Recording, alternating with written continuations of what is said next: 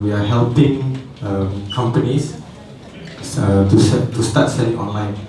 So let's say you have a product. Last time, how do you sell your product? Through bazaar, through shops. People take products from you. But now, with online, the emergence of online, we are helping you to sell online through our program. Okay, so we have a bundle program here, online 100 and brands 100. Previously, it was apps 100, where we're giving you mobile apps, but recently, I think this year, we changed it to brands 100, meaning that we are giving you a website. Okay, so objective is, for us to encourage SME to move online. Because if you don't move online, you'll be left out. Okay? In the next 5 years, everyone is online. Your kids now, they are all online. They are no longer offline. Okay, so every year we only help about 125 SME, meaning that this program is only open for 125 companies to join. So if you want to join, you can apply from us. And then we are helping SME to develop their brand by having their own e-commerce. The reason why we changed to website is because I think if you have your own product, brands, so you need time to actually build the brand. So by having a website is a good platform for you to start building your brand. Selling on Marketplace and Shopee just for you to get sales. But people don't know your brands. They don't search for brands, they search for products. I want to buy what cover phone, but they don't care what brand you are. What if you just appear at the first, second page, then they buy from you. But if people start looking for your brand, that's why your brand is good. So now we are giving you a website for you to start, having your own brand, develop your own brand. So benefit, of course, we are giving you a training. If you're on board in any of our partners marketplace, they will be giving you training as well. And on board to multiple platforms such as Shopee, Lazada, free e-commerce website, your own branding, training class from the expert, consultation. I just helped one of our merchants to start selling on Shopee. Setting up their store. Setting up a store on Shopee is not that hard. It's very easy. But sometimes you just need a guidance. Like what banner, how to create a banner, what's good. So this is a consultation that we are giving you for free sometimes. Okay, and then a cross-border platform. If you are already selling local, then we will ask you to sell cross-border, and then we have a free photo studio here. Okay, it's free. Okay, so existing marketplace that you can join, Jubilee, Shopee, and Lazada. This is the three main one. And then cross-border platform, we have e-Roman and eBay. If you already join any of these, you can still join any of our program to get the website. And then this is all our members and chambers and partners. Okay, let's move. Okay, this is a sample of Online 100 where we help you to onboard in Jubilee. Jubilee is our main partner here. So you have a store in Jubilee and also in Shopee and Lazada. Then this is the website we're talking about. So for example, like Kasuyu is one of our merchants. So you will get this type of program. But I think there is some risk. To have a website, you need to have at least 25 SKU. Because if you only have one or two products or SKU, then your website will look very empty. So you need to have at least 25 minimum. Okay? So what you need to have, as I said, IC, copy, business owner, bills, complete profile, logo. Please remember that you need your registration company must be in Selangor to join this. Okay, if you have a branch, if your business is in Penang, Johor, Perak, you need to have a branch here to entitled to join this company. Yes, sir, you can see here in front. Okay. Okay, top product category for our merchants. This is not from a Malaysia database, it's from our merchant. We have about 525 now. So Baby and Kids is the first one and the rest.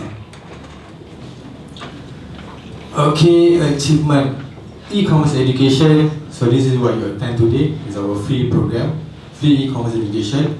for us to, to help you to learn about e-commerce as much as you can, as possible. Of course, you can go to the paid one, but my suggestion, come to the free one first. Listen, understand, because we have really good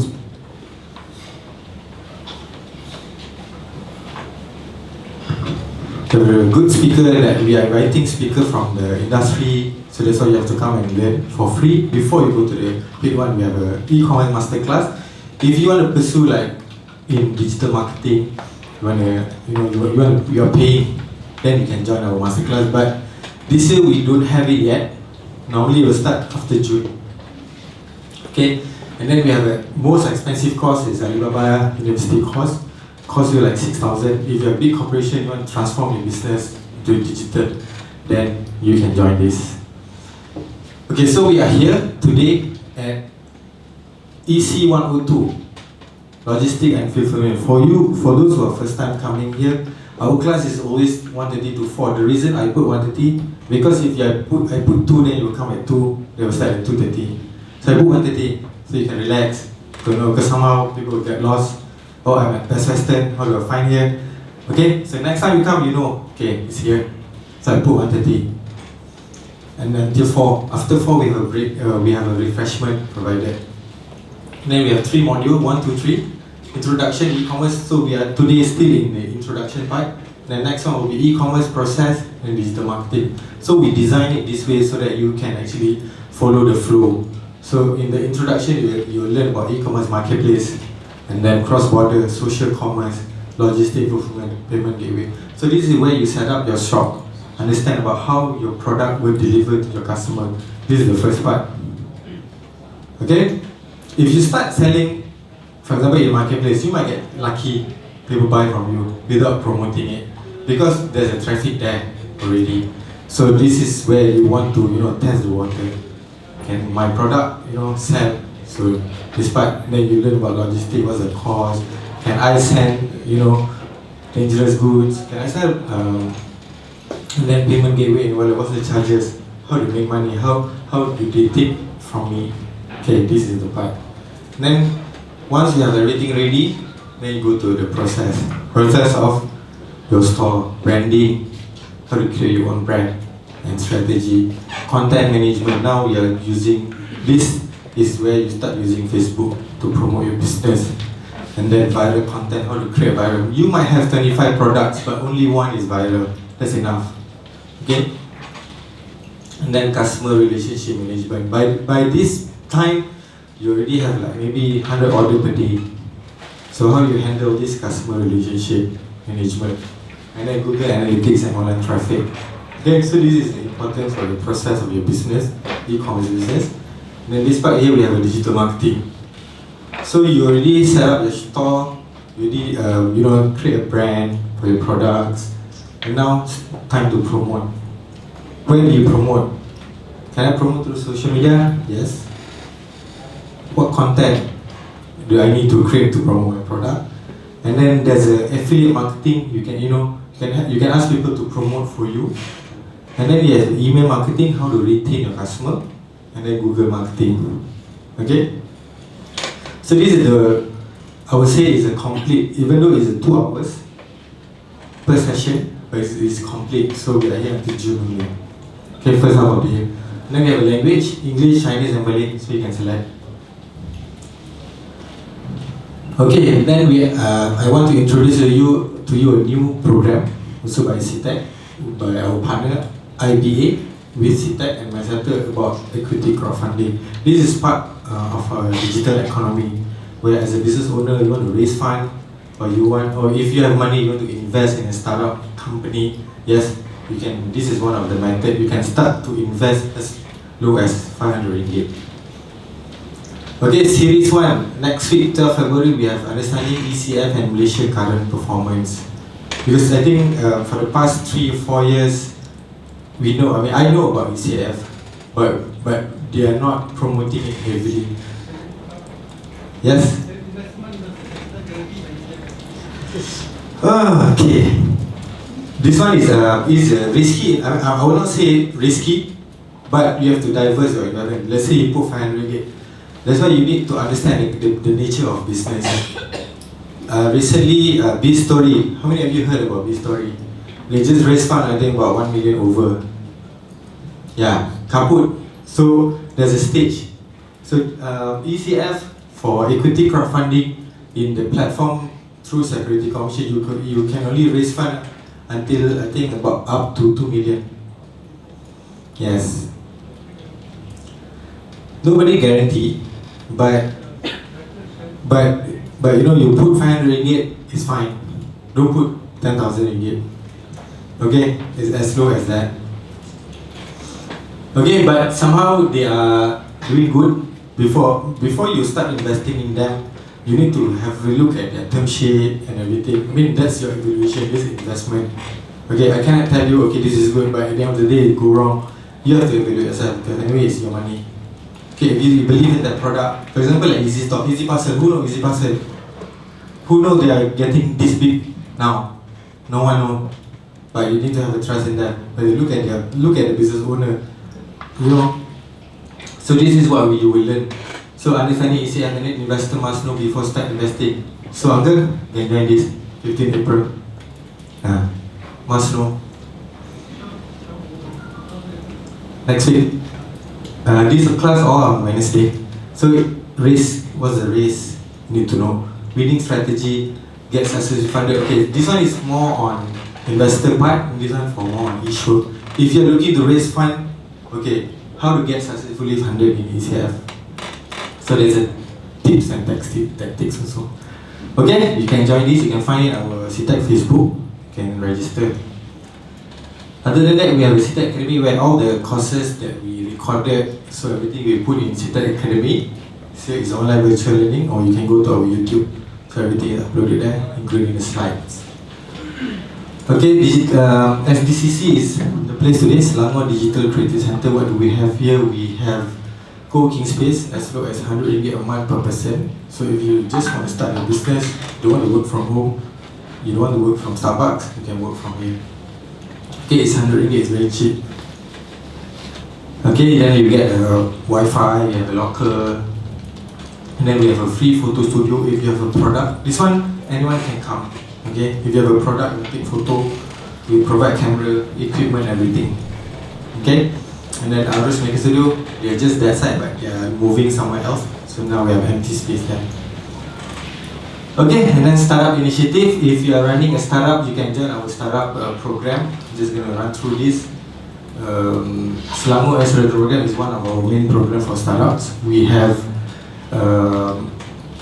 every year, this one 2018. So from that 30, we select 10, we bring them to China. These are all fully sponsored by state government. And then 2019, we bring them to a different country, to Indonesia. We visit Gojek, Bukalapak, all the startup here, because we are trying to create a unicorn here in Malaysia. So that's why we are giving them more exposure. Then for e-commerce also, some of our merchants are under a 100 program. We bring them to China. This one 2018. Last year, we didn't bring anywhere, but 2018 we bring to Hangzhou, where Alibaba HQ is. Okay. So other than that, we have a top e-commerce merchant award. If you are running an e-commerce company shop, you should join this because you get free exposure. Then you get to talk to the big brands, big merchants. 2019 we have a winner from Hermo. Second is Ticket to You. The third one is Momo House, Kenjo Baby House. I know if you are on Shopee, you might bump into their store. And Hermo is not from KL, they are from JB. Ticket to You, yes, from KL. Momo House is from Kedah. So meaning that no matter where you are, it's online, it's e-commerce, so you can be the top one as long as you have internet. Other than that, it's our free conference that you can attend. Okay? Anything you can ask me, you can find me. So yeah, let's start our session for today. Today we have 4 speakers. I invited 4 speakers today. First one we have Alyaa from Ninja Van. Then second one we have Tommy, and then Tommy from ISIS Fulfillment Center. Then Dhanush from Pickup, and then Faisal is here from Janio. Okay, let's have a look. Let's listen to them. Ask them a lot of questions until they cannot answer you. Okay? Let's start. Thank you. Alyaa?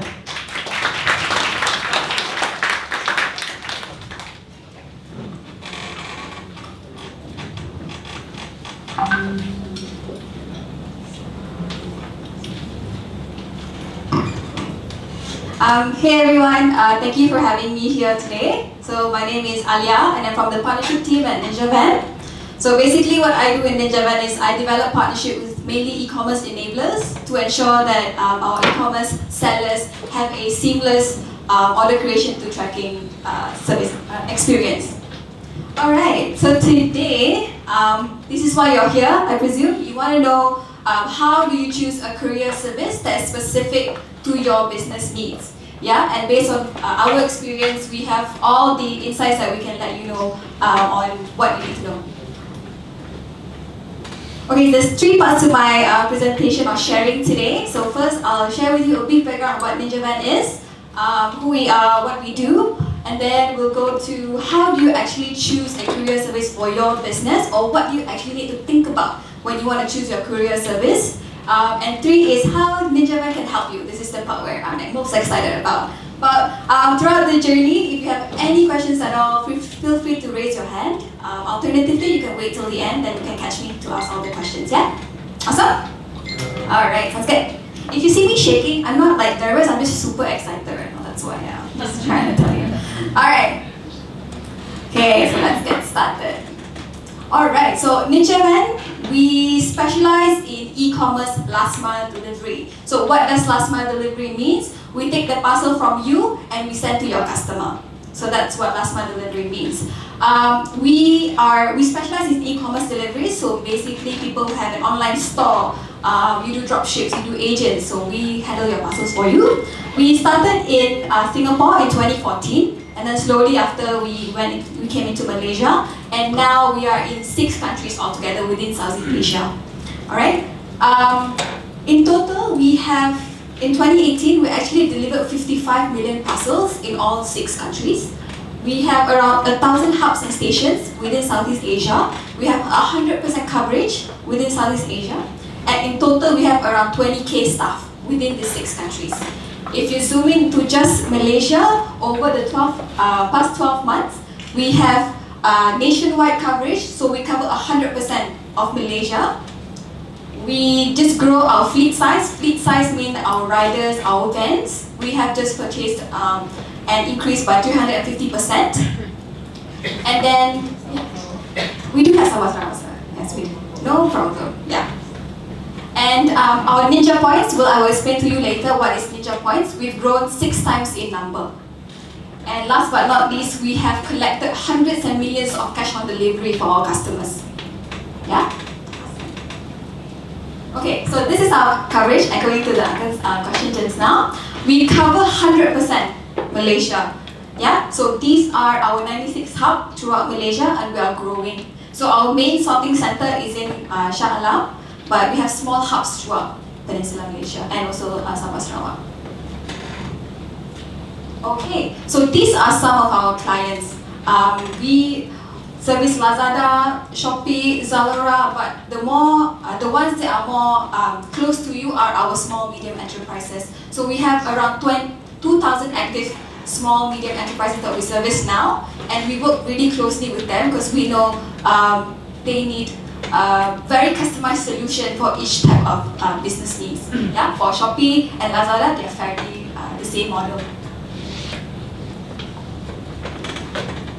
Alright, so this is where the part where you're most looking forward to. How do you actually choose a courier service that meets your business? So different business needs different things. For example, food and beverages, you might need a different thing. Cosmetic, you might need a different thing. And fashion, you might need a different thing. But all in all, it boils down into 3 things only that you need to think about.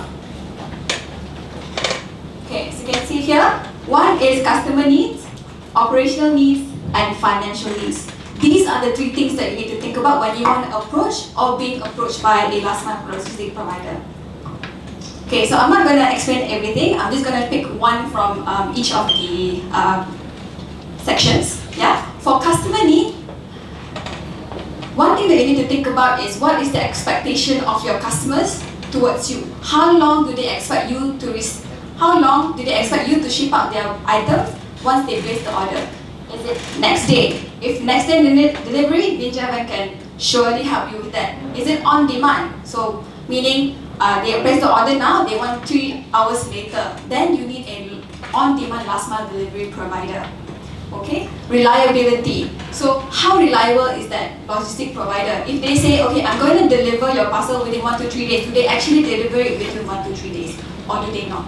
So these are some of the questions that you need to be asking the logistic provider. With small, medium businesses, usually when you just start out, so customer wants a really good service for you, they want next day delivery. Okay, purchase today, I want my item tomorrow. But the thing is with that, it comes with a higher cost. So that's something that you need to think about as well. Yeah. Or sometimes because you're a new brand, they prefer cash on delivery. They don't know the quality of your item. They say, hey, can I just pay you when the item comes? Then you need to find a last mile delivery partner that can actually do cash on delivery for you. Awesome? Alright. Okay, so we move on to the next one, which is operational needs. Now you need to think about, I'll just zoom in into the support part. Okay? How is it for you and your customer to actually contact people in the logistic company itself? Do they have a large size of customer service? So for example, Ninja Van, we have 100 customer service just to attend to your customers' needs. For example, if Hari Raya, the volume spikes up, right? A lot of orders coming in. So customers will be calling you, hey, where's my parcel, where's my parcel? So because you are a startup or you're just growing, you don't have a large number of manpower to actually attend to that, you can actually tell them that, hey, you can actually call Ninja Van, they will actually help track where your parcel is at. So all you need to focus on is selling. The last mile delivery, you'll make sure that the logistic provider can do it for you. So you don't have to think about that anymore. Yeah? Okay, so another thing about support. So with Ninja, for example, we have a live chat. So sometimes when you call customer service, a lot of people calling, right? So it gets hung up. So if there's a live chat, then you can just, where's my parcel? Then we will actually help you with that. Okay, so that's from the customer end. So how about your end? So sometimes you need to know, today I want to pick up my parcel. How easy it is for you to actually talk within the logistic department itself to arrange for that. If they have a dashboard, you need to call. Or if you need to call, how receptive are they? For example, if your item is lost. So in the logistic industry, lost parcel is normal. But how do they handle it? Yeah, just to manage your expectation is completely normal. But how do they manage the claims for you? Oh dear. How fast it is for you to proceed with the claim? Who you can call? Do they actually have an explicit people that you can actually call this number, then they will help you with the claim. So you really need to think about that as well. Because later, your customer will be actually looking for you. Okay? Awesome. Okay, in terms of convenience, alright, so who have done delivery service where you have to write your name, write customers' details on their consignment note? Yeah? It's very annoying, right? So sometimes you salah alamat lah, salah nama lah. So you need to find a logistic service that is actually have a dashboard, or you can actually print directly from their system. Yeah? Even better if that logistic service can actually be integrated with your website, your agent management system, so the orders come straight from your order management system. So we actually use the details that your customer key in. If it's wrong, then say, it's your fault lah, not me, you key in wrong. Yeah? So you need to eliminate all that as much as possible. So that is operational needs that you need to think about as well. Okay? Moving on to financial needs. Okay, there's two parts to this. So when you are a startup, there's two folds. So one, customers are reluctant to actually pay for your product upfront. So you need to do cash on delivery service. If it's a cash on delivery service, how long does the logistic partner actually take to give back the money to you? Is it 1 month? Is it 2 weeks? Is it 1 week? Because you need to use that money for rolling, right? So that's very important as well. When you approach them or they approach you, ask them this question: how long will I get my money back? And two, how do they actually provide you billing? Is it monthly? Is it at the end of the month? Or is it prepaid? So that's something that you need to think about as well. Cool? Any questions? Okay, for now. Awesome. Yeah. when let's say you send a book, if I have it, how fast I will get money back from your side? For guarantee that money is here in the transaction. correct. So the cash on delivery, yeah. Okay. So we have a few. So depending on your needs. So some customers, they are okay with a monthly reconciliation. So what we do is we just collect their money, and at the end of the month we bill back to them. We can do it weekly as well. We can do it bi-weekly as well. So really, if you approach NinjaVan, then talk to your sales representative, and tell them that, hey, I need my money back by 1 week. Then they will coordinate that for you. In terms of ensuring the money doesn't get lost, we have a strict SOP that will make sure that our drivers will never take that money. Yeah. Even if they do, we actually have an insurance to make sure that you won't feel that the money is gone, so to say. Yeah? Yes? When you take the deliver time for say a day you can receive, but when you drag over a week, and what is the rule on that? Okay. So usually, sorry, your name? Deborah. Okay. So Deborah is asking, if, for example, we agree with you that delivery will happen in 1 day, what happens if the delivery prolonged? Okay, so there's a few things that happens. So one, you need to figure out why it happened. So sometimes one is because the address is wrong. Customer key in address wrong. We tried calling customer, but customer did not respond. So that's the first. Two, maybe the item wrongly labeled. So it's supposed to be to this place, but it's actually to this place. So the fastest way you can actually solve the problem is one, either call customer service. Two, if you have a sales representative that's helping you, call them and say, hey, can you help check this parcel? It already exceeded the agreement. Please make sure it's on time now. Yeah. Did I answer your question? So if the customer did receive, but what's your pick up date to pick up let's say arrival? Oh, You don't like. have SMS arrival, then further access. Oh, okay. So for NinjaVan itself, we have our notification is via email. So when we have picked up the part, we have delivered successfully to customer, we will actually send 2 emails. One to you and one to your customer. And in that email, we will explicitly show who picked it up and when. So it's real time. As soon as the status change to completed, the notification will straight away go up. Yeah. No, it's real time. Real time meaning I update now, it will change in your system now. Yes. Yes.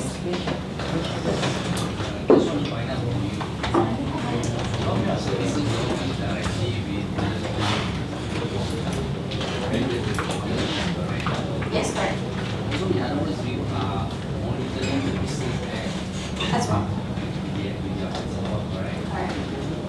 What about the reverse point of view whereby if the buy the stock, they have to deliver do you have that kind of system? Warehousing system lah. So basically, you give us the stock, and then you pick and pack, and then we will deliver for you. We pick and pack and we deliver for you. Yeah, so I think for NinjaVan we don't have that, but later I think Mr. Terry from ISIS, they have that service for you. So NinjaVan we only do after it's packed to delivery. Yeah, so that's our specialty. Yeah, later there will be a sharing session on the warehousing solution. Okay, the other thing, because you already have the platform in Malaysia. Correct. So don't you think it's easier so that let's say we just loading the items and filling the items, then you send orders? Yeah, so we are exploring that option. So in NinjaVan we are developing that branch, but it's fairly small. So we only pick and choose certain customers only. So I feel like if you're just starting out or you have a business now, you want slightly stable businesses. So that's where we usually sub to our partners lah. That's actually using NinjaVan for last mile delivery service, but they can do that warehousing and pick and pack for you. And ISIS is one of them. Yes.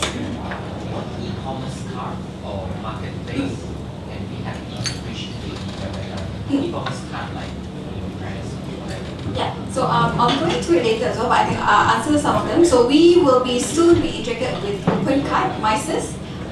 We do have Easy Store coming, Shopify, BizApp, if anyone uses BizApp, the agent management system. FireCell is an agent management system as well. Coming forward, we're doing it with them as well. Yeah.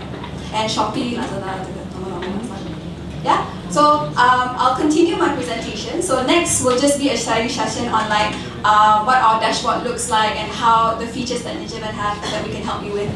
Yeah. If you have any other questions, you can just feel free to catch me outside or while networking session, and I'm more than happy to help to answer any of your questions.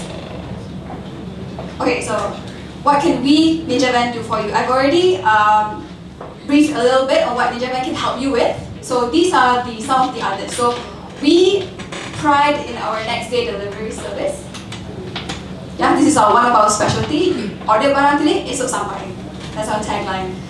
We can also do cash on delivery for you. So this is very important. So for example, if your customers are basically auntie or like machi dekat the outskirt area, they don't know how to use payment gateway. So they prefer cash on delivery, and we can do it for you. You don't have to recruit agents to do it for you. So your HU can do it, the cash on delivery already. And another thing is Ninja collects and returns. So sometimes it's normal for you, for example, you tersilap hantar barang. So customer one thing, you send another. So customer actually needs to give that barang back to you for you to return the new item, right?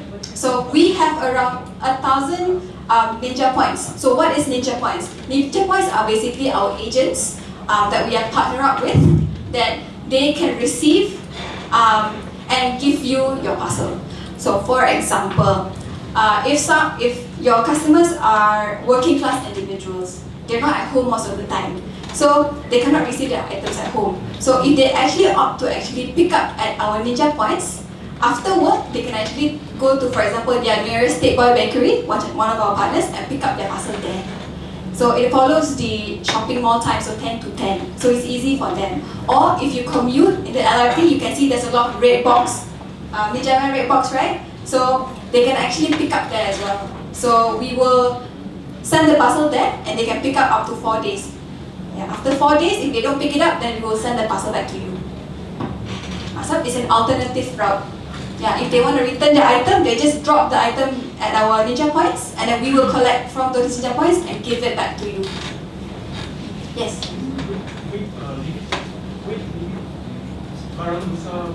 For this one. Oh, so for the Ninja points, the weight limit. So Ninjavan, the maximum weight that we can carry is 30 kg. So basically, something that a human being can actually carry. One person can carry. 1%. Yeah. 25 humans. That can be true. One, yes. Alright.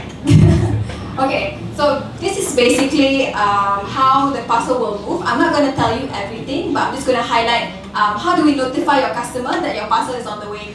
Okay, so when you process the order, when you give the order to us, a pickup is triggered. So basically, in our dashboard, you can actually schedule, hey Ninjavan, come pick up my item from my house. As soon as the parcel is picked up, your customer will actually receive an email saying that, hey, we have picked up your parcel from 123.com, and this is your tracking number. So it's via email. So that's touch point 1. Touch point 2, as soon as it's inbounded in our warehouse, your customer will actually receive a notification. It's not via SMS, it's via email now, that the parcel has been inbounded. So we can turn on and off this notification. If you feel it's too spammy, then you can turn it off. If you want, then you can turn it on. Then, on the morning of delivery, I'm sure you guys, whoever shops at Zalora and Lazada will know this. You'll receive a notification on the morning of delivery saying that, hey, a Ninja is going to deliver a parcel to you via SMS. So you will receive it, your customer will receive it on the morning of delivery. And then, after the delivery is successful, we will send an email to your customer, giving them the proof of delivery. Yeah, this is the person who picked it up.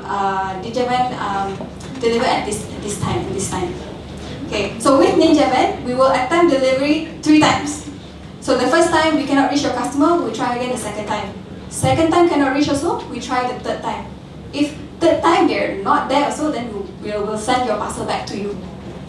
Okay, so customers have the option to actually reschedule. So the first time they realize, hey, I missed Ninjavan, so they can actually call customer service and tell, can Ninja Van actually send my parcel tomorrow or the day after? So they can have the option to do that. Okay, so this is our, oh sorry. Okay, so this is our Ninja Points earlier that I've explained to you before. Okay, so this is the sites that we are integrated with. So if your web store uses, BizApp is an agent management system. So if you use BizApp, EasyStore, Shopify, Magento, their system is integrated with Ninja Van. So you can use the order details that your customer key in and straight away create the consignment note or the delivery note. So there's no room for human error at all. Yeah.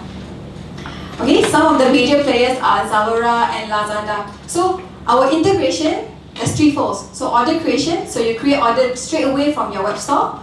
Two is the tracking, so you can track straight away from your web store. So the notification changes you will see in your website. So you don't have to go into our system. And yeah, and our tracking number is very customizable. So for example, if you don't want the tracking number to start with Ninja Van, you can actually use a 5 prefix for your own company. For example, 1235 is your company name, then we can use 1235 and the tracking number. And the tracking number can actually be your order number. So easy for your customer to just look at one number. There's no more one tracking number lah, one order number lah. Yeah? Yes? Do you have open API for open cut? Open API for open cut. So we don't. So right now we're in the midst of like integration, creating a plugin for open cut. So we don't have the open API link here. But if you have a developer, you can actually develop the thing yourself. Yeah, we can give you the API link. Oh, yeah, that is the open API. Yes, we do have. Sorry.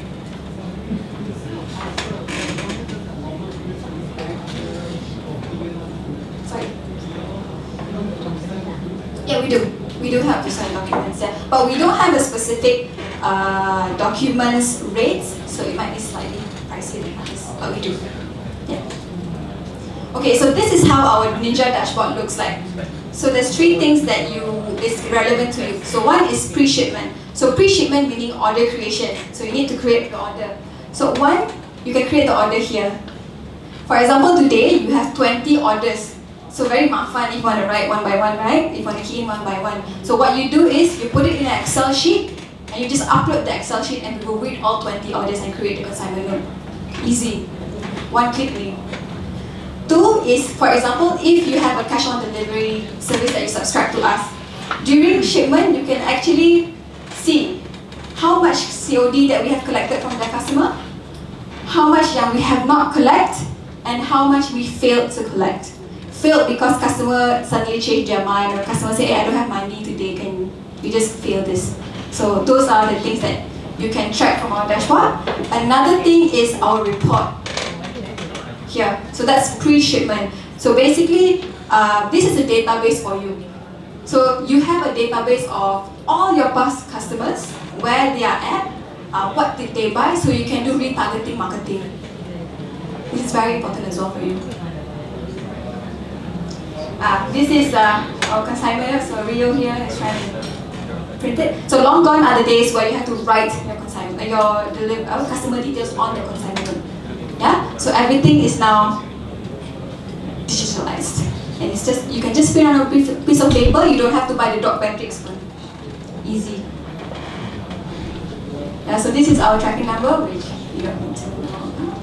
Yeah. So basically that's what Ninja Van can do for you. So let me just recap on like how do you actually choose a courier partner that's actually fit to your business needs. Yeah, there's three things just now. One, your customer needs. Really think about what does your customer expect from you? How long do they want to receive the item? And where are they? Two, operational needs. How easy it is for you to actually contact the logistic provider if your customer have any problems. How big is their customer service? If you have any problem with the logistic provider, how easy it is for you to actually contact the logistic provider. And last but not least, financial needs. How much does the logistic fee cost? If you need a cash on delivery service, how much would they return? How long would they actually return the money to you? Because you need to do rolling as well. Yeah? Sounds good. Alright, I guess that's it for my presentation today. Do you guys have any other questions? Yes. What's the rate that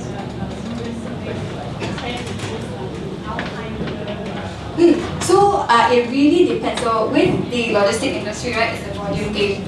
The higher amount of parcel that you can give a logistic company, the lower the price you can bargain. So I can't give you a number up front. So post laju is actually, if you're just starting out, post laju is basically competitive across the board. It's the same pricing. But as you grow, then just know that you have the option to actually reduce down the rate. But I can't tell you what, because later my boss will kill me. So. Any other questions? Yes. Yeah.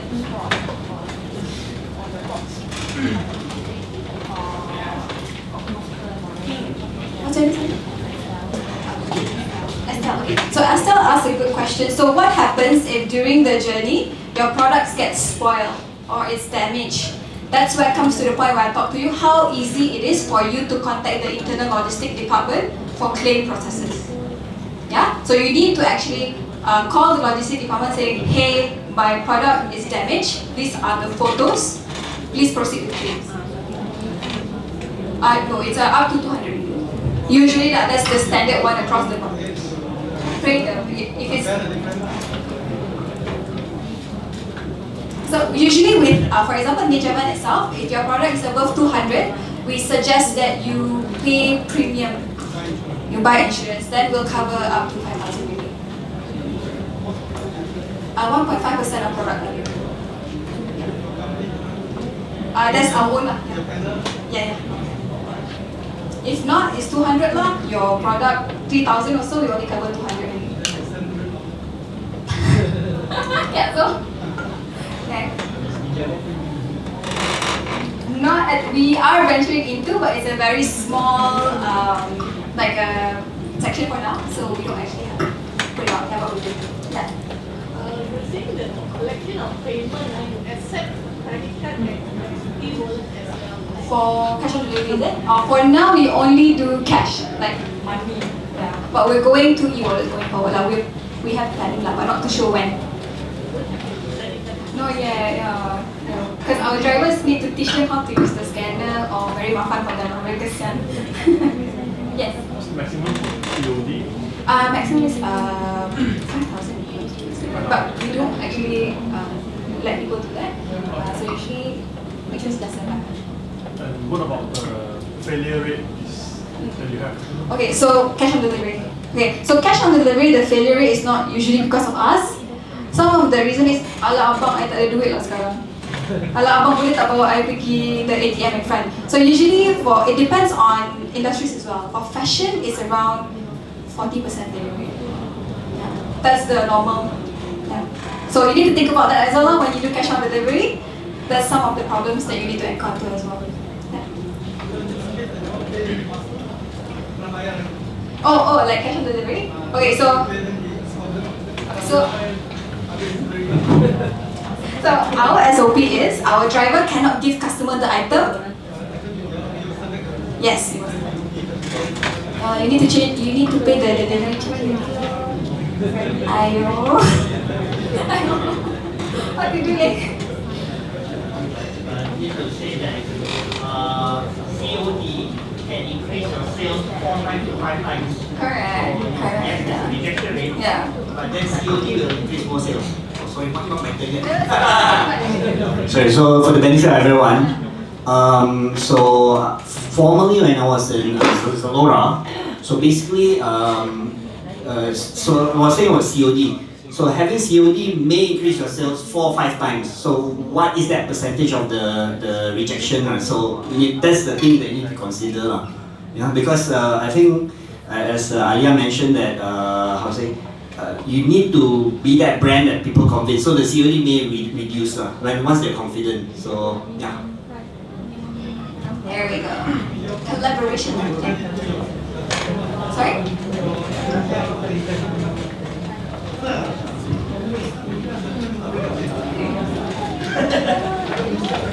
Singapore tak ada bagi ni. Yeah, Japan memang. Okay, any other questions? Last one, okay. Okay, last one.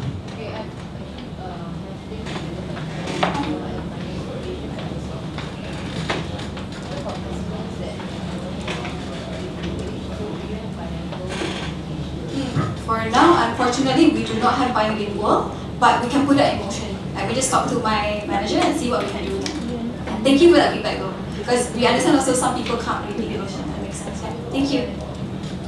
Okay, Alyaa, thank you. You can catch me later outside if you have any. Yeah, Alyaa is around, so Thank you. take the name tag and you can back. Okay, the next one we have iStore, iSend. In short, we call them ISIS, but they are not the bad one. Okay, bro.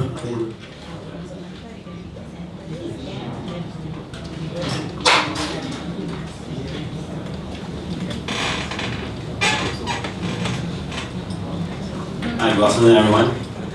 My name is Tommy from iStore iSend. Yes, we used to be known as the other guys, ISIS, not anymore. Alright, so we provide fulfillment services. So this is introductory just to fulfillment. Before going forward, just to share the e-commerce landscape, right? Most of you all maybe will be familiar with the numbers for e-commerce. This is based on the forecast up to 2025. Malaysia is projected to do 8.2 billion, right, by 2025. So I think that's why everybody's here trying to see what they can do online. So key components for selling, which is your marketplace and also your own website or any channels of sales. So you have marketplaces in Malaysia, so Lazada, Shopee, Zalora, Lelong, you have a lot. It used to be even more. And if you're selling across different countries in the region, you have Tokopedia, Blibli, everyone around the region, right? And you have your own website. So a lot of people now build their own brand.com. So you have Magento, Shopify, you have local players like Webshipper, SiteGiant that actually does your brand.com as well. So that's where you sell, right? But then after you sell, what do you do? The next part will be actually fulfillment, but most people will jump straight to delivery. So delivery, also there are a lot of players in the market. I think now, just in the countries that we're in, Malaysia, Singapore, and Indonesia, we're already integrated with more than 60 over last mile providers or courier companies. So what is fulfillment? Fulfillment is actually just, in layman term, warehouse, pick and pack. So why is it important, right? Or why do you need it? It's one of the physical or the first physical step in your e-commerce journey. Right? You can transact online, but you still need someone to do you still need to do the processing of the orders upon sale. So this is just a very simple flow for proper tracking of how to process orders. Right? So you get your orders online. If you're selling on Lazada, you print out your Lazada invoice, then you pick and pack according to the invoice, check to make sure you have your stock, check your stock's in sellable condition, pack it, print out the consignment note, make sure the consignment note stick properly onto the package, and then you ship it out. So basic. So what do you need if you are to operate from home or a small office? Right? You need shelves. Please don't stinge on them. Don't put your things on the floor, and then hopefully you can pick and pack from the floor. It's not going to work. If you start off with 1 order a day, 2 orders a day, but we're all here to sell 100 orders or 200 orders a day, right? So think longer a little bit, make sure that you have some SOP built in place. You definitely need to be able to separate your products properly. Some of the basics that people just pile everything in one corner and then look for the items when there is a sale. Or they put multiple what we call SKU. So each item is an SKU, and you put everything in one corner. And then when the order comes in, they look for it. So it's a time wasting. Right? So you want it to be processed faster. So you must have a way to arrange your stocks. And this is more so if you're handling goods with expiry or things that have more fragile, or you don't want to mix things that are edible with non-edible if you're selling both of those items, right?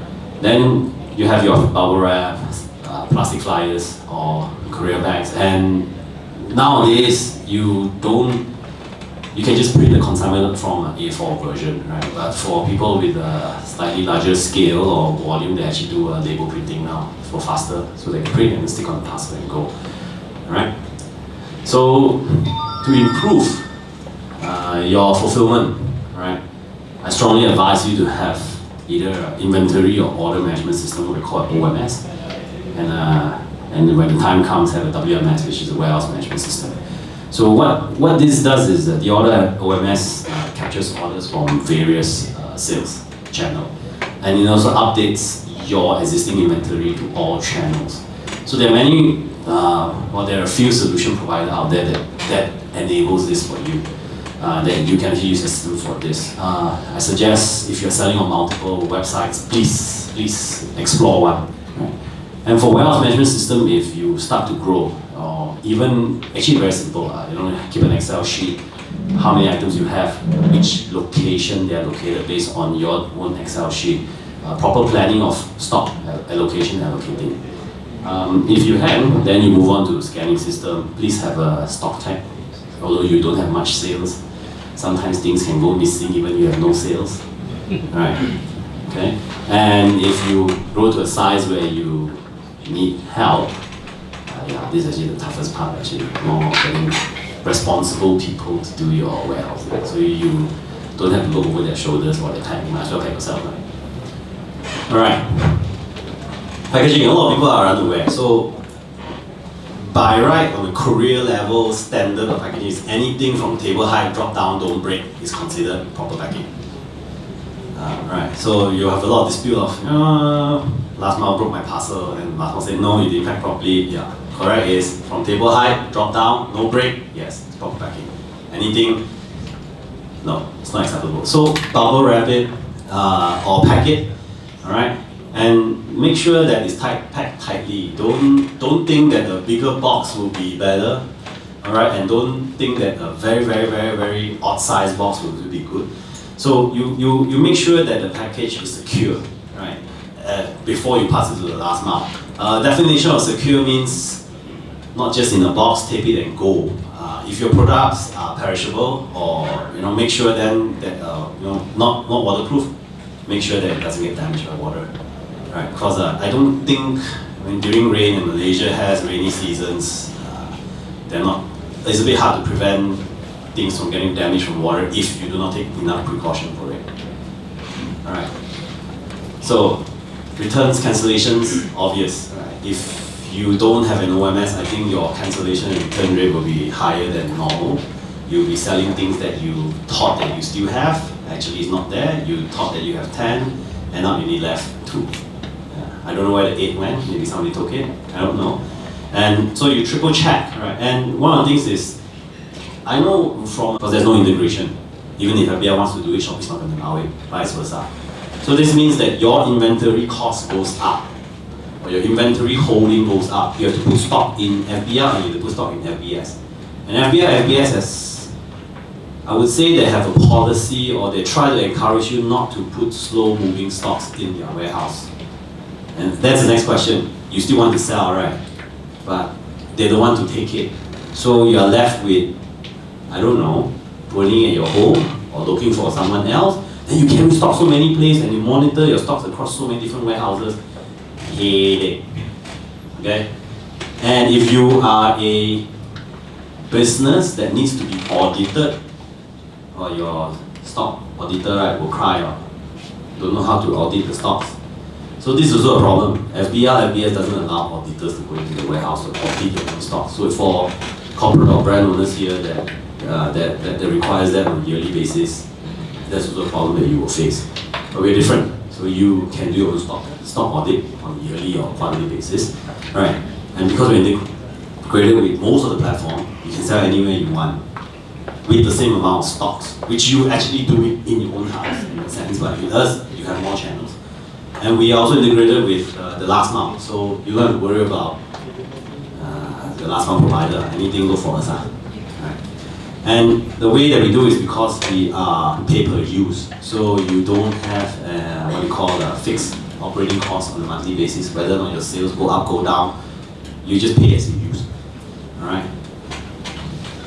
Okay, just some screenshot of the systems that we have. Proper SKU management is important, please. Alright. Then again, order history. So order history is actually important.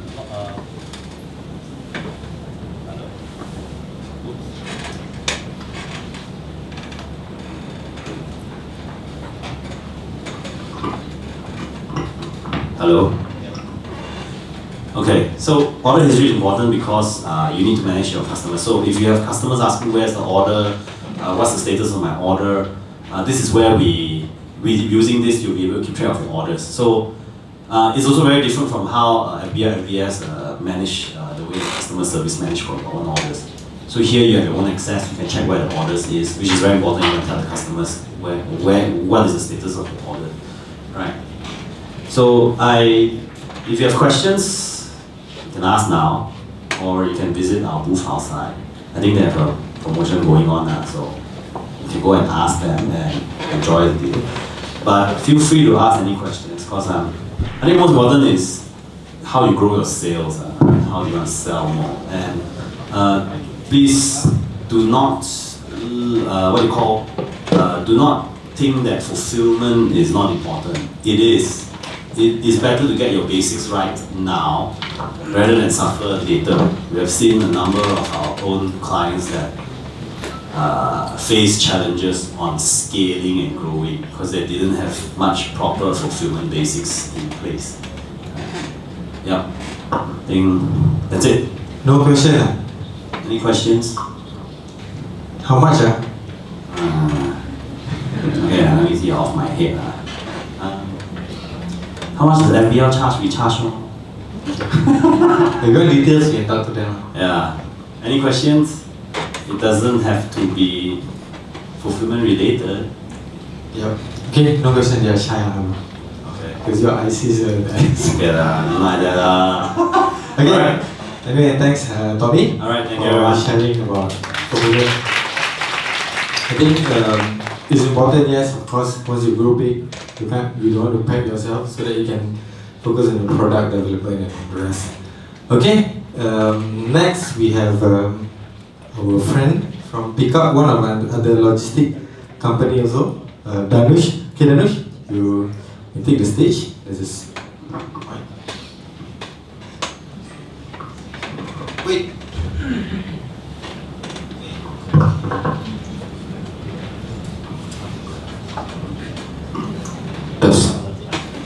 Okay, hey guys. I actually have a slide prepared here which is not very consumer centric like what Tommy presented. So it's very technical and it's pretty much just selling our product.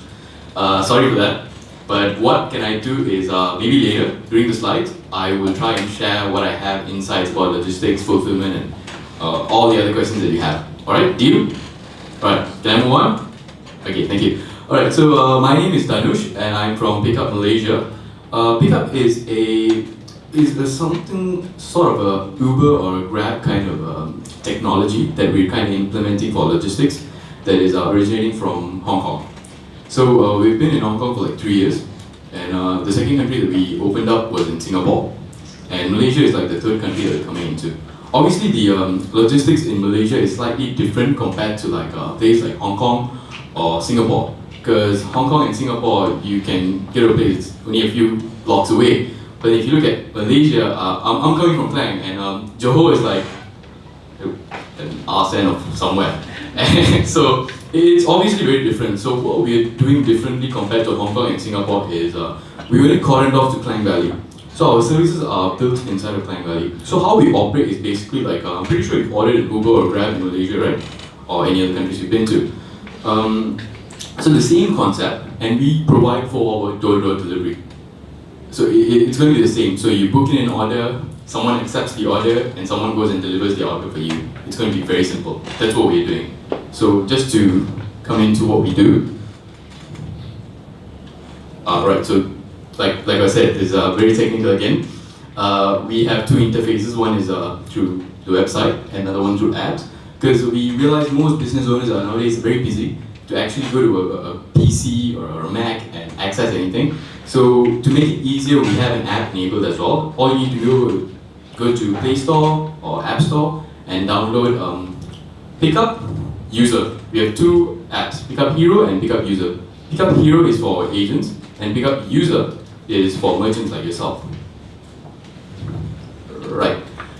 And so this slide, as you can see, is pretty much a very sales-related thing as well. Like if you notice this and notice this with the Ninja Van slide, it's pretty much the same. it's like all of us try and say that we're the best, we have this, we have that, but in reality, you know that's not the case as a consumer, right? Everyone promises you stuff, but then the ones who deliver is very, very less. And the further I go into my presentation, the further I'll explain why we are different. It's another sales pitch. But trust me, we are a bit different. Okay, so moving on. Okay, so this is basically how the logistics sector works. Starting from the shipper or merchant yourself, you place an order through Lazada's or Shopee's or other marketplaces. That order goes to your fulfillment partner, like for example iStore, iSend, or Store and Send Logistics. They change the name. And they would process the order and they would do pick and pack labeling, and their warehouse is pretty much the sorting center for you guys.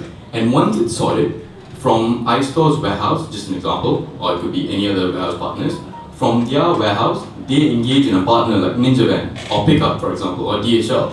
And from there, it goes to the merchants, I mean the end clients, yeah. So that's basically the flow. It's all very, very simple. But the problem is, inside these small clouds that you can see, there's a lot of nuances that why the industry leaders can do it better. And for example, last mile problem is a problem that's prevalent for quite some time. So when you go and deliver, I'm pretty sure this is a very frequent scenario that we face, right? Like we order something online, and then this guy just rings the doorbell and runs off. Putting a docket, hi, I tried to attend, but you're not there. And then you call the CS and you're like, hey, I was there, why didn't your guy deliver the item? And that is a prevalent problem. I mean, coming from a background, like I'm from FedEx previously, although our couriers do try and attempt, this is a normal problem. We don't want to point fingers and say it's the consumer's problem, it's the merchant's problem, it's the 3PL's problem. We want to play the blame game pretty much. So how we do it is, we be freelance agents. So freelance agents are guys like you and me. So these guys are like bikers or van drivers or car drivers who do the delivery for us. And it's something like Uber, right? So they can't like pick you up in a car and not go and drop you where you want to and get the payment done. No, that's not how it works.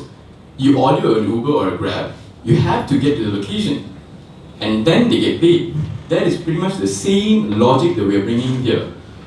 So they pretty much take your parcel from your place and they have to get it to the end client's place. We have a geotag, like a geolocation that's being tagged at all times, longitude and latitude of the exact position. So we know that this person actually went there to deliver the parcel. And our proof of delivery is a picture of the person taking the delivery and their sign.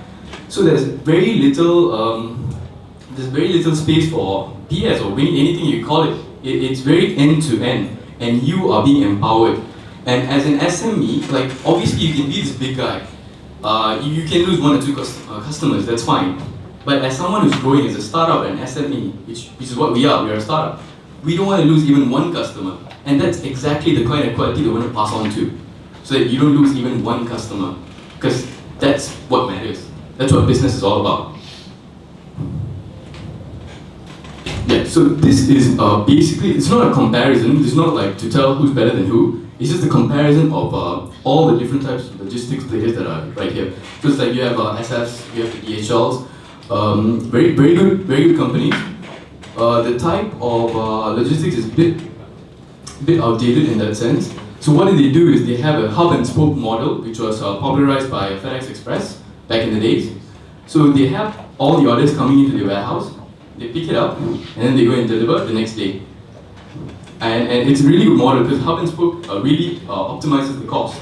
And then you have guys like Ninja Van. Ninja Van is something like a tech logistics company as well, but then they do same-day delivery. And then you have guys like Pickup. And then you have guys like Lalamu and GoGo. And so I really want to stress the difference between an on-demand player like those there and Pickup. So an on-demand player is basically like a Grab Express. You book something, and one person comes in, picks it up, and goes and delivers it.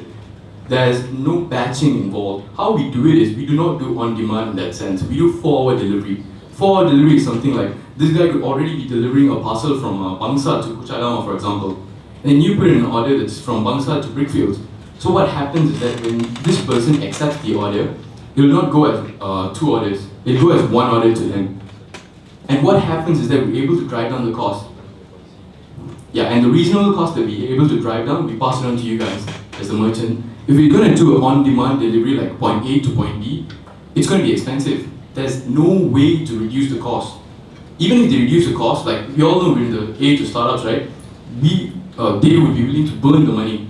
There's no way to efficiently batch these products, unless if it's by way of 4-hour product, where we can actually batch and bundle these products using our algorithm. Any questions so far? Sorry, that.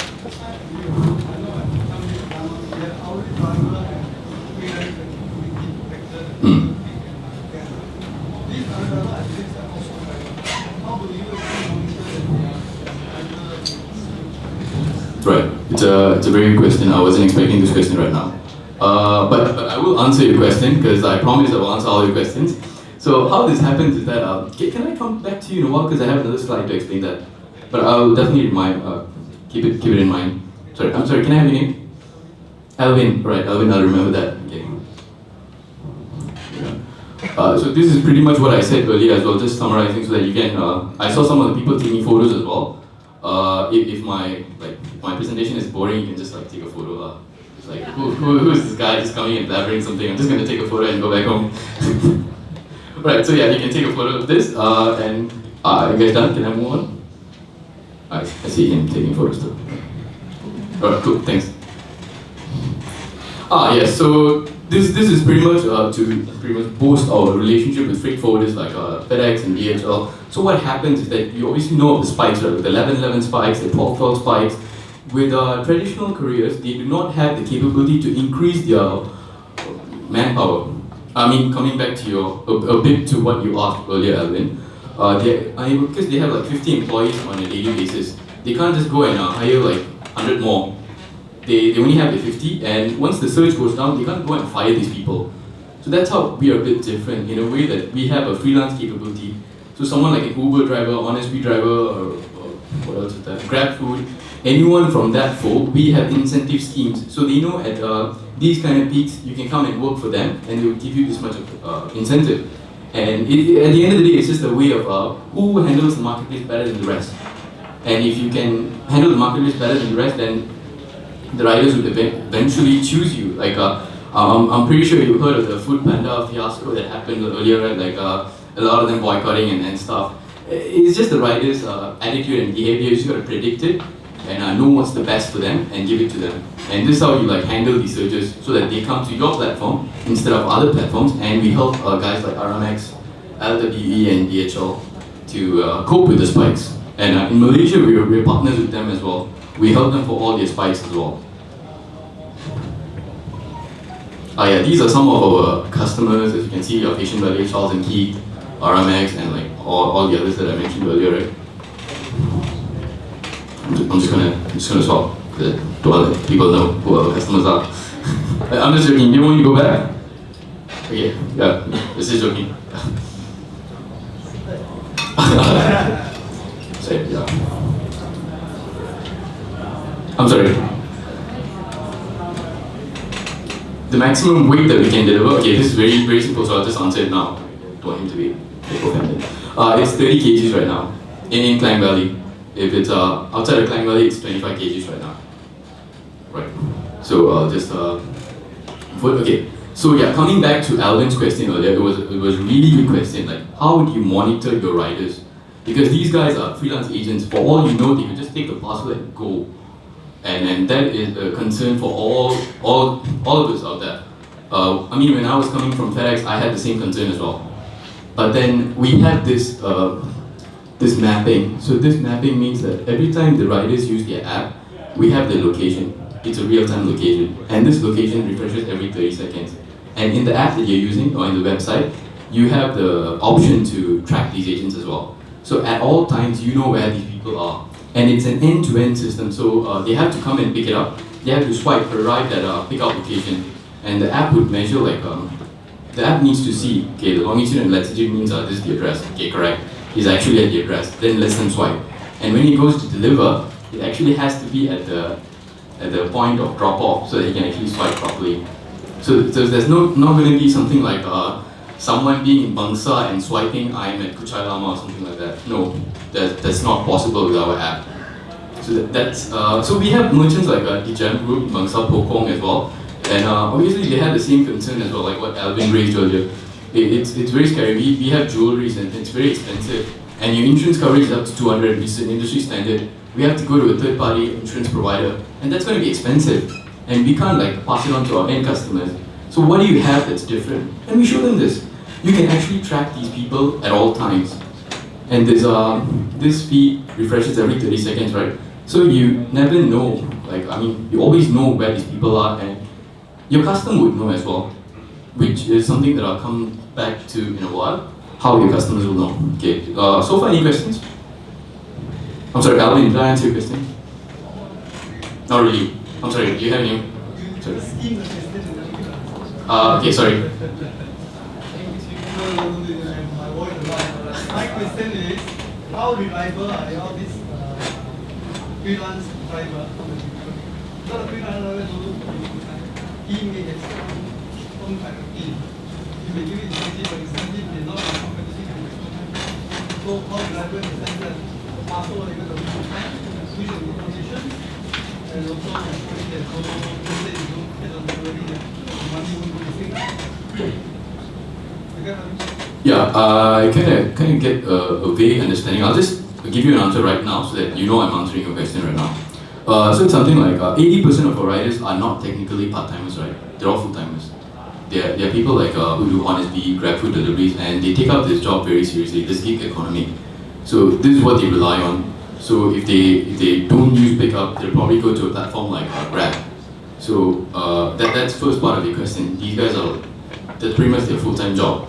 And coming to the next part of the question, how reliable are they? What would they do with my parcels? So what happens is that if they take one job and they don't deliver it within the time stipulated, they won't be able to do any other jobs. So the app gets hung. So it's like for example, just to make it easier, I'm going to use Grab as an example here. I hope no one from Grab says anything. So once you have a passenger, you have to drop the passenger off before you take another job. It's pretty much like that. And also, what we do is we have a vetting process. We have their IC, we have their current electricity bill and water bill, so that we know where they are at all times.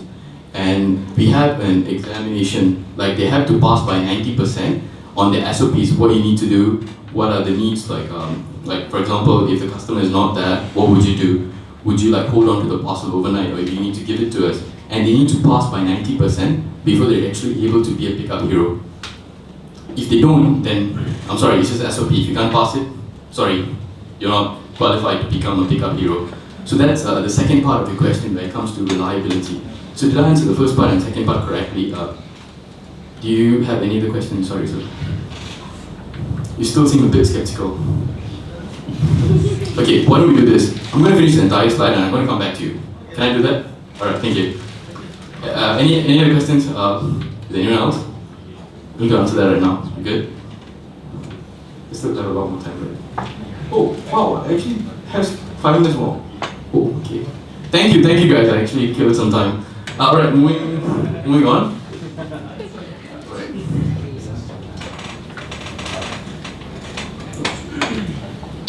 Okay, so once an order is being sent from a platform, turn right. They're already frustrated with my talk and they're like, how the hell am I going to go out of this place? So yeah, one more talk please. Don't let me disappoint you guys. Right, so once you order like a pickup or something, what happens is that once this guy is arrived at pickup and en route, what happens is that a message gets sent to your end customers showing that parcel from Kandapur will be delivered by this. So for example, it could be like a merchant parcel from Lazada will be delivered by this time, and we will pass on the agent's contact. And if you see the small link there, the end customer can see the live location of the riders as well. So they're able to actually locate where they are. So the earlier map that you saw, the one that refreshes every 30 seconds, your end clients will be able to see it as well. So if they find any irregularities, or if you find any irregularities, or if it's us, we can definitely reach out to them and get it sorted ASAP. And if the message is an automated message, WhatsApp is something that we insist that our riders send to your client, because not many people are going to accept accept the phone calls from a random stranger. So we asked them to WhatsApp as well. So this is another norm in our platform, right? We actually call before we do the delivery. We actually want to know that you are there. Because we're doing 4 hours, same day, next day deliveries, like guaranteed next day. So Tommy said that there's no such thing as guaranteed next day. We do guarantee next day, by the way.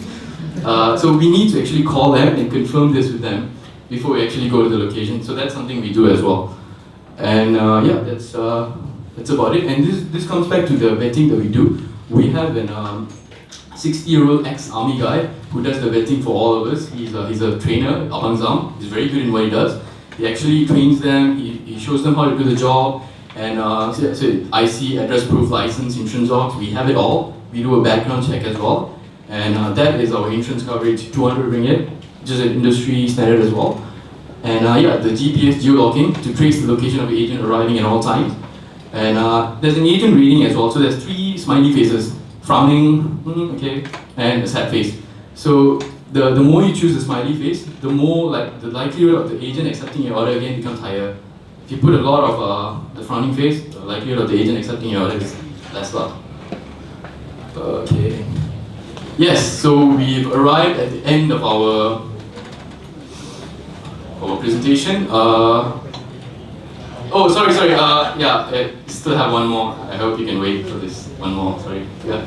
Are we done? Any other questions? I think the time is running out. So why don't we do this? We actually have a booth outside. So if you have any other questions, can you come and meet us? Maybe Sir Alvin. I can have a talk with you later. He's already supposed to do it. All right. Thank you for bearing with me. Thank you. Okay, thank you, Dhanush. Okay, next we have Syed, Mr. Syed from Janio. Mr. Syed from Janio. Yep, okay, so let's listen to him. What's he going to talk about? Hello. Right, so it's difficult to be the last person speaking, so I think everyone's a bit tired of listening. So can I just have 30 seconds of everyone just saying hi to the person next door to you and get to know them? 30 seconds. Now. Ask them what e-commerce business they do, how much they're shipping, and things like that. Please.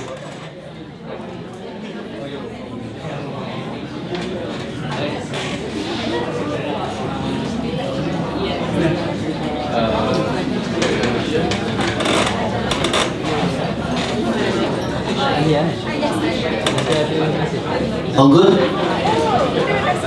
Right. Okay, maybe it's a bit tiring to just listen to one person at the stage speaking, so it's good to speak with the people next door. You guys speak, huh?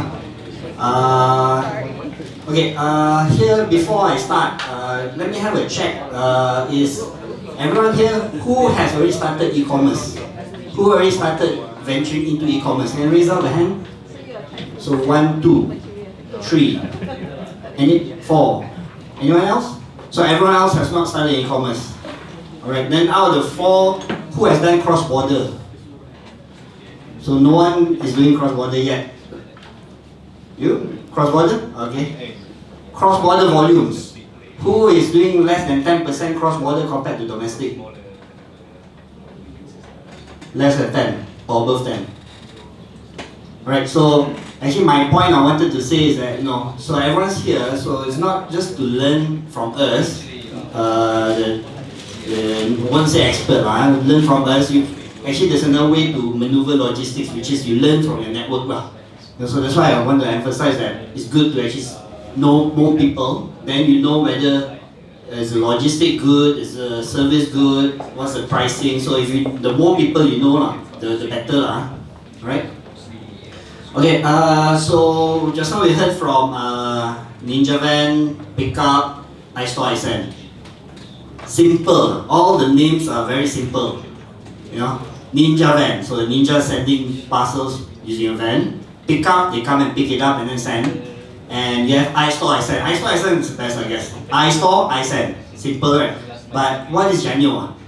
So Janio, we actually do cross-border e-commerce logistics, cross-border e-commerce logistics. And Janio actually stands for Joint ASEAN network of 10 countries. Okay, right. So not most straightforward name, but do bear with me. So Janio has joined ASEAN networks, 10 of the 10 countries. Okay. Right. So a bit about myself. So I wouldn't say I'm that long in logistics. Only around 11 years only. Okay. From automotive to oil and gas. And then I ventured into e-commerce when Zalora actually headhunted me into the company. So I was running their fulfillment center. I focused more on not the operations but more of process improvements. And after Zalora, I was again headhunted by Post Aviation, a subsidiary of Post Malaysia. So I was actually in charge of building the digital free trade zone fulfillment center. Right? And so after that, Janio, the founder, actually asked for me to help the Malaysian team. So yeah, very little experience on logistics. Not much, right? Right. So Janio, what we do is cross-border e-commerce logistics. I think you can see the numbers just now that even domestic market, the growth is there. Okay, double-digit growth. And just imagine every country in Southeast Asia is going through the same phase, right? So with that, right, 25%, and it'll reach to a US 155 billion by 2025. So basically, all these countries are going to grow to around 4 times. Okay, so there's a lot of space here for e-commerce. You know. More middle incomes coming. I mean, Vietnamese now maybe have started to buy, and also everybody uses a smartphone. So technology is there. So e-commerce will be the next path, all right? Okay, so the common pain points of logistics, yeah. So this is logistics 101. So usually it's always the cost, okay. You have companies like the integrators. So there's no one here. DHL or FedEx. Usually they will charge a very premium price to send your parcels overseas, right? Sometimes they're 3 or 4 times the cost, yeah, of even your products. So it doesn't make sense. So cost is one of it. Coverage. Okay, so custom declaration, which, just for information, I think here usually when you hand it over to logistics, you don't need to concern yourself about custom clearance, but we may need the information, right? So we are striving, we strive for using API to send custom declaration information, right? So just imagine your 1,000 of parcels. It has 1,000 of parcels may have 800 of different types of products. All this information is there in the system. You have your WooCommerce, your Shopify integration, all the information is there. But how do we pool all this and then send it to customs to clear the customs? Because back then, customs is always, one container, one type of product, counting. So you just type a bit, settle. But now with e-commerce, it's a high mix, high volume game. Right? So basically you need APIs to do custom clearance. So this is where we automate and do pre-clearance. And the last part we do COD. Okay? Alright, logistics 101. When you want to ship cross-border, one terminology everybody needs to know, which is de minimis. Okay, who has heard of de minimis before? No? So, okay, we have some in the audience who knows. So de minimis, every country usually has a threshold of the product value, okay? If you send a product to a foreign country and you send it and the product worth is below the threshold, you're tax exempted, okay? However, if you go above the threshold, you need to pay tax. Okay, so here this shows the whole region. Okay, the whole region and all their de minimis. Okay, so Malaysia has 500 ringgit. So anything Below 500 ringgit is not taxed, above is taxed. Okay? You have Philippines, and I think the latest is Indonesia. Back then, this is last month. Last month, the minimum threshold was above 75 USD. The latest regulation that came in is now is 3 USD and above will get taxed. Okay, so they lowered the de minimis. However, do note that with a population of 270 million, and even with the need to pay tax, I think it's still a big market to explore. Yeah. So don't like now the minutes so low in Indonesia, I cannot ship into Indonesia. I don't think so. I think there's always a demand for Malaysian products in Indonesia. Do you know that Indonesians like the Milo in Malaysia? Do you know why they like the Milo in Malaysia? Anyone? Sweeter. Okay, so yeah, you're right. So basically, Indonesians buy Milo from Malaysia and bring back a lot, not because it's cheaper, it's because it's sweeter. Funnily, sometimes demand, what people demand is very funny, but there is demand. So cost is not the issue. They want it the way they want it. If they want Malaysian products, they will get Malaysian products. Yeah. So it's not really the cost. So with the tax, I think it's still doable. Yeah. And when we start off B2C. So when you start with B2C, there is no risk of your inventory in the foreign country. You only ship when you receive an order. Yeah. So basically, your stocks, you still sell the same stocks into the Malaysian market. You still allocate you can use the same stock to also sell into Indonesia. So there's actually no risk to do B2C, right? But if once you reach a certain threshold, if you have a consistent order of maybe 500 a day, then we have other solutions which we can propose to you, and that we also to add, we also do fulfillment in Indonesia. Okay, so if your economics is right, if the consistency of your volume in Indonesia makes sense, then it makes sense to do what we call fulfillment, which is B2B, 2C. Okay, so means we ship it as bulk, send it to a warehouse in Indonesia. When you receive the e-commerce order, you pick and pack and deliver. Okay, so basically you just imagine ISIS in Indonesia, for example. Yeah. So this is what we. But to start off, always start off with B2C. Something you can start off right now. We from time to time we also actually have our partners. Which later in the later slide I'll Okay, and top 6 categories I think is very clear. In Malaysia, more or less is the same categories, I guess. Important point, de minimis and tax. Those who wants to read, okay, so these are the slides. Who wants to read can always visit our website. Just Google Janio.asia. There's a resource tab which you can find. You can find all the reading materials there. Okay. Alright, so I think this one I'll skip, but anyone wants to take picture, please do so now. Correct? Oh, sorry. Done? Not yet? Processed food and cosmetic. Okay, so the Logistic 101. So you know the minimis now. Second point. Oops, sorry.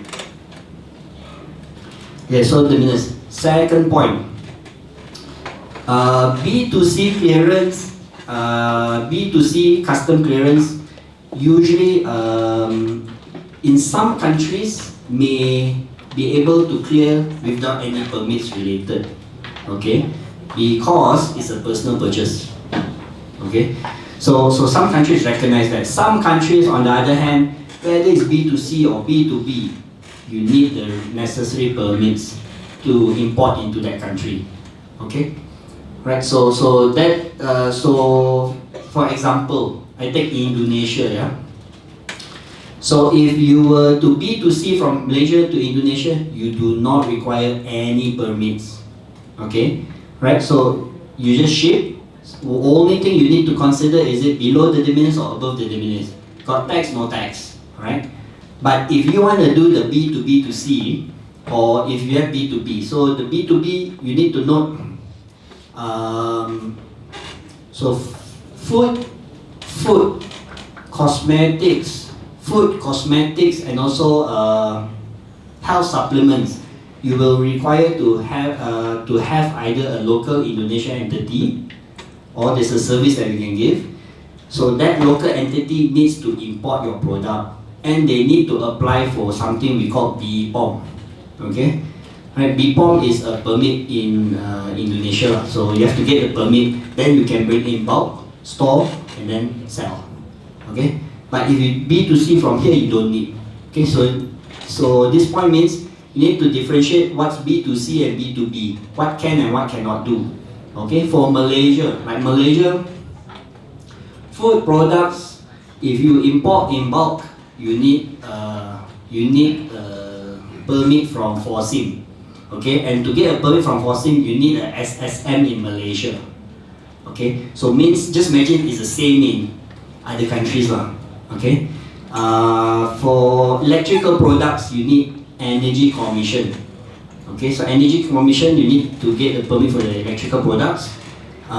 For cosmetics, you go through the National Pharmaceutical Regulatory Agency, NPRA. Okay, for cosmetics. You also go to NPRA for the health supplements. Okay, health supplements, and what else I'm missing? Wireless. So you know that to import in bulk wireless products into Malaysia, you need to get the import permit from MCMC, the Multimedia Commission. Yeah, MCMC. So roughly, even us in Malaysia, we have these different requirements. Anything other than this usually can import, no issues, don't need permit. Yeah? And when it comes to permit, then you have to have the local entity in that country. Okay, but rest assured, if it's B2C, all this is not required. So that's why I always say start with B2C first. And then along the way, if you know that your product can sell, then you see your trend's going up, volume is reaching to a certain peak, right, inflection point, then the permit should either start application. Yeah, you should make the application with the permits. Okay? So, sorry, very technical, but any questions on this? All good? Yes, sir. Conclusion just now about Indonesia, you mentioned the cosmetic and F&B. B2C also have to have the... B2C don't need permits. Okay, so B2C do not need permits in Indonesia because we have an e-commerce license. Okay, so that e-commerce license means we can import without applying the permit. They call this like a personal clearance. You know, so means we have the buyer's name. So Mr. A buys this product. So we say we're importing on behalf of Mr. A, who's your consignee, alright? And this is a product for his own consumption. So in that case, you don't need the permit. Any bottleneck on consumer specification for Indonesia? In terms of maybe SLAs. How many units and so on?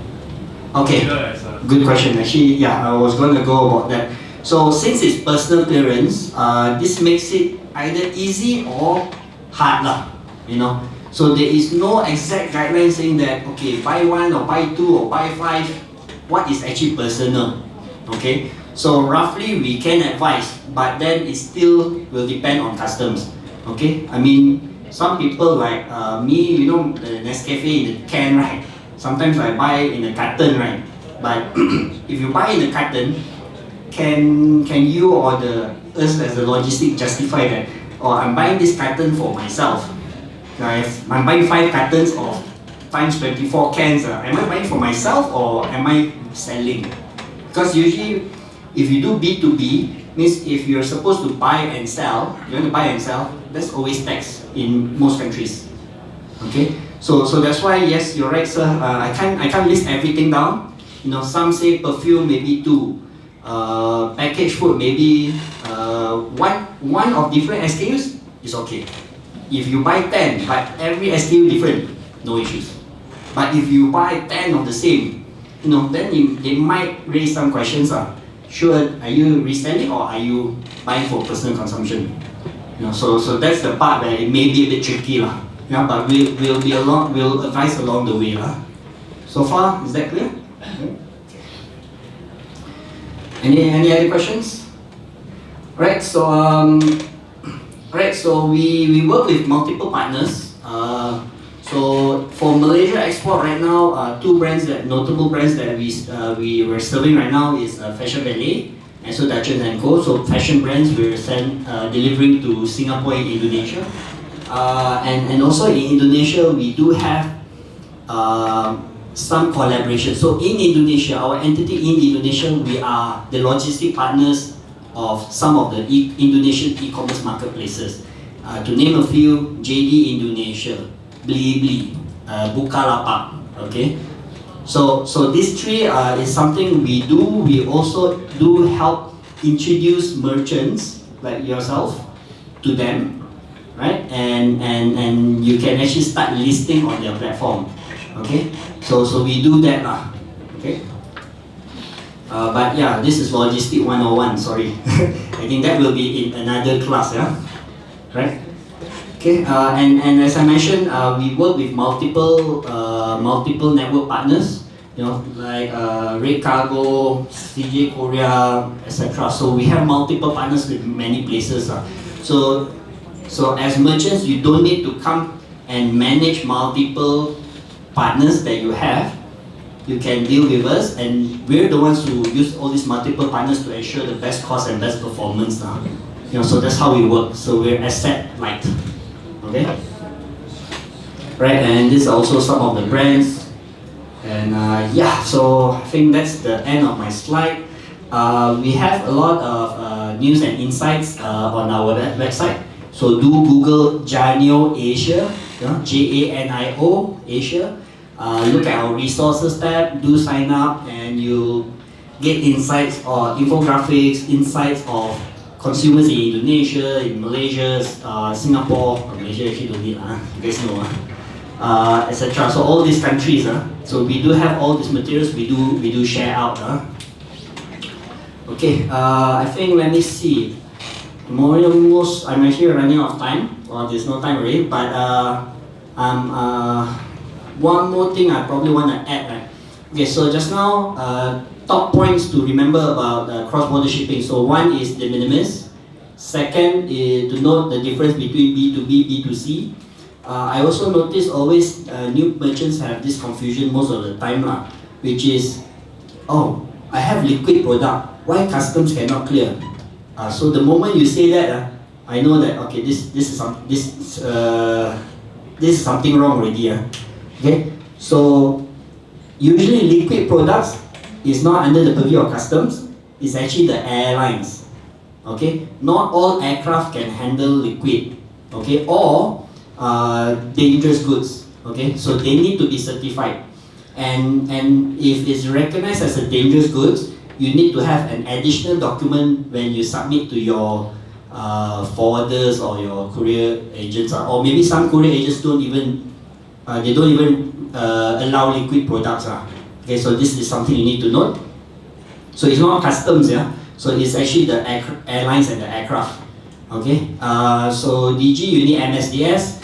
For certain products, liquid consumer products, we will need to look at the invoice and have some details, which we will need to send to a lab, and the lab will approve, say that, okay, this consumer product, they stamp it there, then they give it back to us, or to us, and then when we submit your product, we submit that document. We don't need MSDS because it is consumer liquid.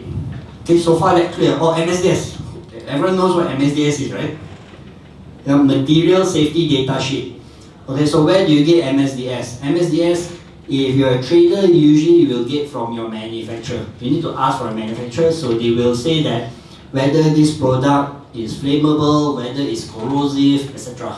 MSDS, Right? What else?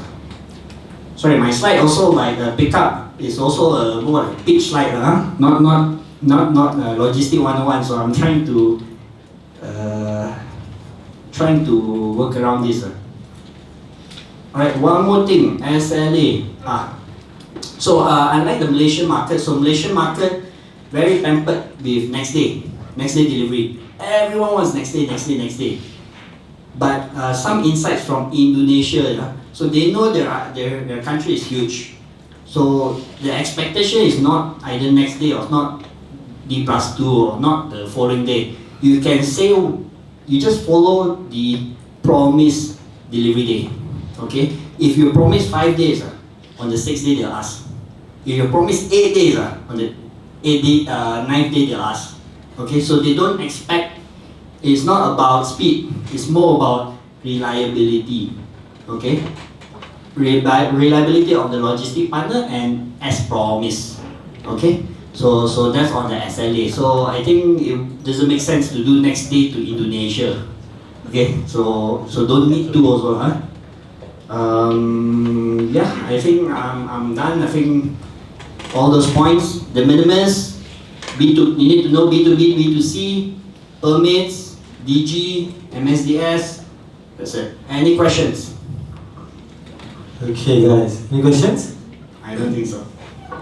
No. So I have a team outside. I have Douglas and also Jafar outside. So if any details, can also ask them later or ask me after this. I'll be around. Okay. Thank you very much. All right. Thank you, Mr. Syed. Okay, guys. Anyway, so just to recap, so let's have a look. So we have 3 speakers. I think Ninja Van talking about local delivery, domestic, and then we have ISIS fulfillment, and then we have pickup more on day, 1 day delivery on demand, and also Janio is cross border. So technically, you already completed the course. Technically. So after this, if you have any question from your friend, from your neighbor, hey bro, how do you send it? Then you can answer then, Okay, so yeah, that's the end of our session. So I'm just going to remind you guys once again that okay, so next week we have this related, it's part of digital economy, it's equity crowdfunding topic. And then next week after that we have payment gateway and e-wallet. I have people from DayNet, from Keeper, and also from Boost to talk about. And then this one in March. So product branding is important for your brands. Content management, and also one more about content technique. Okay, for those who haven't started selling, yes, please start now. Don't wait, don't just come and wait. Now you have to experience. Okay? Yeah, now let's take a group photo before we can have. I ordered some dim sum for everyone to eat. Okay, thank you guys.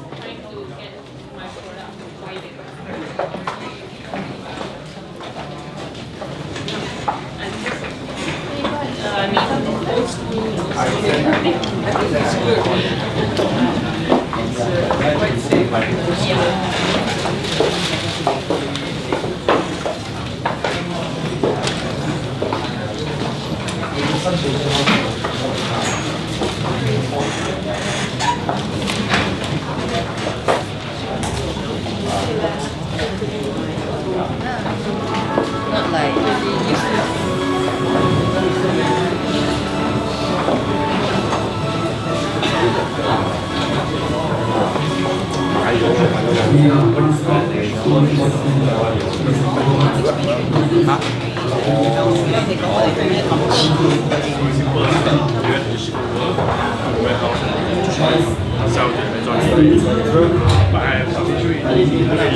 datang dia.